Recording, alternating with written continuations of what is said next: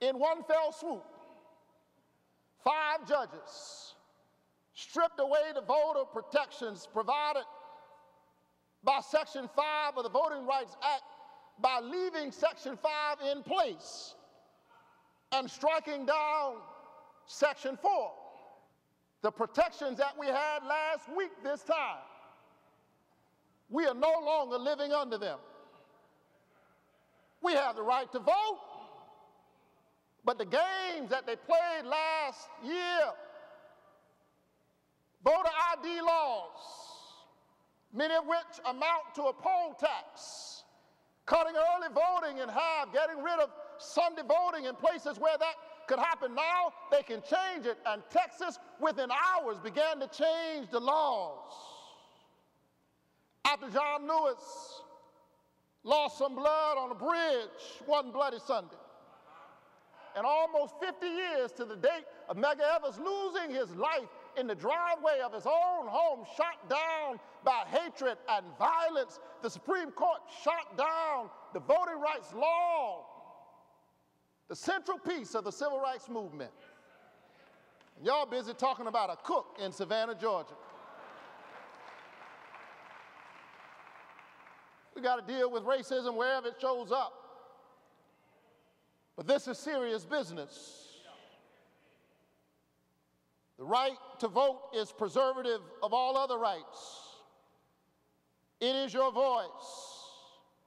And this conservative court, in the words of John Lewis, placed a dagger in the heart of that which protected us last week. But I say to you this morning, don't get mad. Get organized. Don't just get mad. Get activated. Don't just get mad, get busy.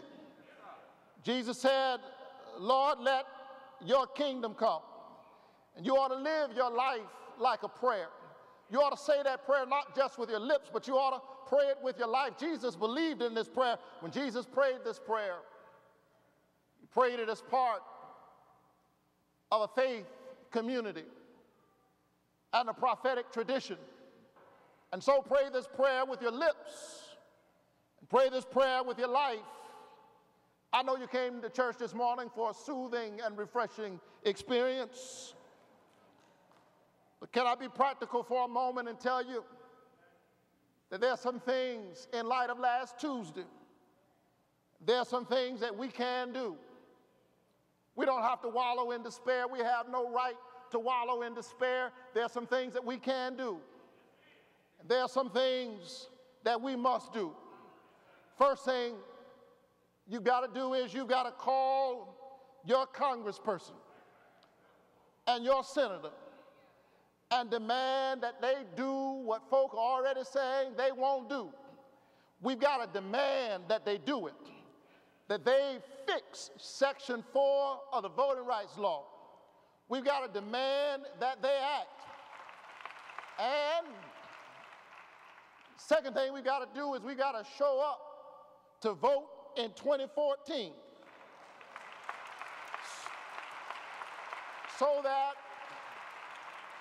if this Congress won't do it, we'll elect another Congress that will.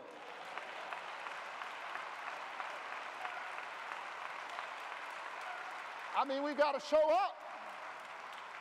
We got to have folk look up and say, where in the world are they coming from? They're coming from every corner. They're coming, and they don't seem to stop coming. We've got to start registering folk right now. Wake up, Ray Ray and Squanika and Boo Boo and them, and tell them it's time to wake up. Matter of fact, wake up bourgeois, aristocratic, upwardly mobile Negroes who had convinced themselves that they live in a post-racial America. Tell them, good morning, it's time to get busy.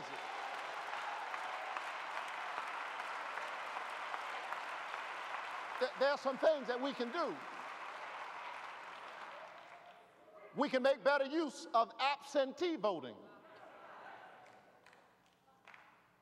They didn't bother with absentee voting, I wonder why, because other folk use absentee voting, but we ought to make better use of absentee voting. prepare right now to sue every state and every municipality, starting with Shelby County, Alabama, that would institute severe voting restrictions that would engage in all kinds of trickery. We ought to begin to raise offerings in our churches right now. Not only that, our sororities and our fraternities and our groups ought to get together and raise money right now. Why? Because our ballot is a blood-stained ballot. It's a sacred situation. We ought to lay down our lives and lay down our voices and fight for it like it counts.